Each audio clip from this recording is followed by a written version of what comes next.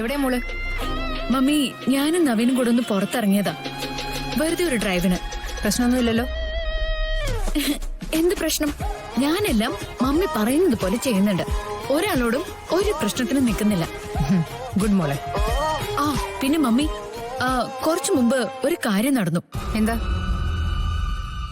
Mummy tension ആവരുത്.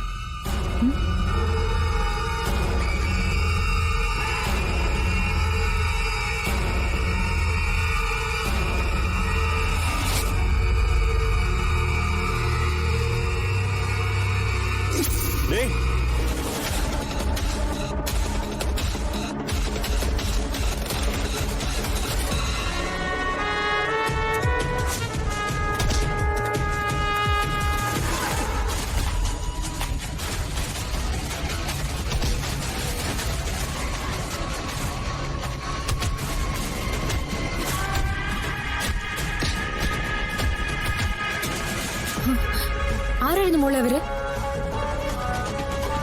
അതൊന്നും അറിയില്ല മമ്മി. നവീന്റെ ബിസിനസ് ശത്രുക്കൾ ആരെങ്കിലും ആണോന്ന് ഞാൻ ചോദിച്ചു. അതൊന്നും അല്ലെന്നാ നവീൻ പറയുന്നത്. പിന്നെ എനിക്ക് തോന്നിയ ഒരേ ഒരു ചാൻസ് ആരാ?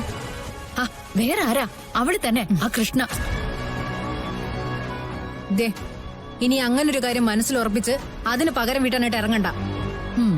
ശരി, ഞാൻ ഇനി പകരം വീട്ടാനൊന്നും ഇറങ്ങുന്നില്ല. പക്ഷെ എനിക്ക് ഉറപ്പാണ് മമ്മി, അവളല്ലാതെ മറ്റാരും ഇത് ചെയ്യില്ല. ഞാൻ നവീനോടൊപ്പം മനസമാധാനത്തോടെ ജീവിക്കുന്നതേ അവൾ അംഗീകരിച്ചു തരില്ല. അവളുടെ കഴുത്തില് നവീന്റെ തലി കിടക്കുവോളം. അതുകൊണ്ടാ അവൾ ഇറങ്ങി പോകുമ്പോ ആ താലിക്ക് വേണ്ടി ഞാൻ അത്രയും നിർബന്ധം പിടിച്ചത്. ഇനിയെങ്കിലും അത് അഴിച്ചു വാങ്ങിക്കാൻ മമ്മി പറയണം. ആ, നമുക്ക് നോക്കാം മോളെ. പിന്നെ നവീനുമായിട്ട് പുറത്തേക്ക് പോവാണെങ്കിൽ നവീന്റെ അടുത്തുനിന്ന് ഒരുപാട് ദൂരെയൊന്നും മാറി നിൽക്കണ്ട. പിന്നെ മമ്മി, പണ്ടേ മമ്മി എന്നെ LKGയിലും UKGയിലും ഒന്നും വിട്ട പോലെയല്ല. ഞാനേ ഇപ്പൊ കുറച്ച് വലുതായി. അതറിയാം മോളെ. എന്നാലും എന്റെ ടെൻഷൻ കൊണ്ട് ഞാൻ പറഞ്ഞേ ഉള്ളൂ. നവീൻ എന്റെ കൂടെ സ്ട്രോങ് ആയിട്ട് നിൽക്കുമ്പോ മമ്മിക്ക് എന്നെ കുറിച്ച് ഒരു ടെൻഷന്റെ ആവശ്യമില്ല. എങ്കിലും ഓക്കെ, ഞാൻ കട്ട് ചെയ്യാം. എന്നാ ശരി.